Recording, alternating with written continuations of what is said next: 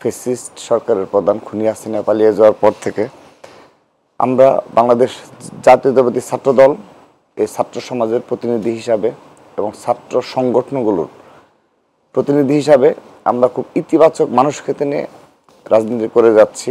বিশেষ করে বিগত 15.5 বছর এবং 1-11-এর 2 বছর যেভাবে এই দেশে ছাত্র রাজনীতির নামে যে নৈরাজ্যকর পরিস্থিতির সৃষ্টি হয়েছে এবং সাধারণ শিক্ষার্থীরা এই ছাত্র রাজনীতি বলতে যে ধরনের অপছাত্র রাজনীতি দেখে এসেছে তার পরিবর্তনের জন্যই আমরা চেষ্টা চালিয়ে যাচ্ছি এবং এটি আমাদের মূল টার্গেট হলো যে ইতিবাচক মানসিকতা নিয়ে ক্যাম্পাসগুলোতে ছাত্র রাজনীতি চর্চা করে সাধারণ শিক্ষার্থীদের নিকট পৌঁছানো। বিশেষ করে আমরা ছাত্রদল শহীদ রাষ্ট্রপতি জিয়া রহমানের সময় থেকে আমাদের একদম গঠনতন্ত্রে এবং আমরা একটি আদর্শ নিয়ে রাজনীতি করি, সেটি হলো উৎপাদনমুখী শিক্ষা ব্যবস্থার প্রণয়ন করা।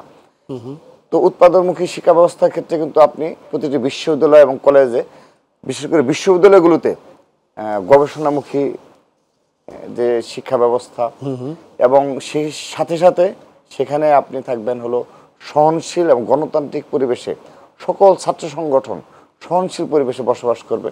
কিন্তু বিশ্ববিদ্যালয়গুলোতে ছাত্র রাজনীতি থেকেও মূল প্রাধান্য দেওয়া হবে গবেষণা খাত ও শিক্ষার ক্ষেত্রে।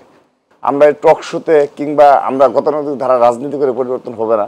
এখানে আপনাকে অবশ্যই এখানে একটা নির্দলীয় সরকার রয়েছে, তারপরে আপনি একটা গণতান্ত্রিক ব্যবস্থায় একটা সরকার আসবে বলে আমরা বিশ্বাস করি। তো যারাই সরকারে থাকুক না কেন এখানে আপনি জাতীয় বাজেটে এই শিক্ষা খাতে অবশ্যই বরাদ্দ বাড়াতে হবে এবং বিশেষ করে বিশ্ববিদ্যালয়ের গবেষণা খাতে আমরা দেখি যে আরো মানে হ্রাস পায়, মানে বাজেটে বরাদ্দ আরো কমানো হয়। তো এটা খুবই দুঃখজনক এবং নিন্দনীয়। যদি এটা ফ্যাসিস্ট সরকার ক্ষমতা ছিল তাদের সময় এগুলো আসলে আমাদের মানে ভিত্তি হিসেবে ধরা চলবে না।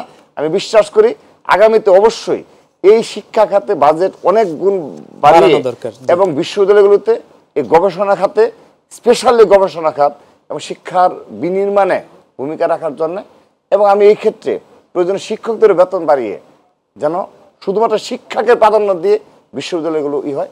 সেক্ষেত্রে আমরা বাংলাদেশের স্বাধীনতা সার্বভৌমত্ব রক্ষার স্বার্থে, গণতন্ত্র রক্ষার স্বার্থে এবং এমন ছাত্র রাজনীতি গড়ব যে আমরা একসময় কোনো ব্যবসায়ীরা যেন মেম্বার অফ পার্লামেন্ট না হতে পারে, রাজনীতিবিদরা, হ্যাঁ, কোনো কালো টাকার মালিকরা যেন এই মেম্বার অফ পার্লামেন্ট না হতে পারে।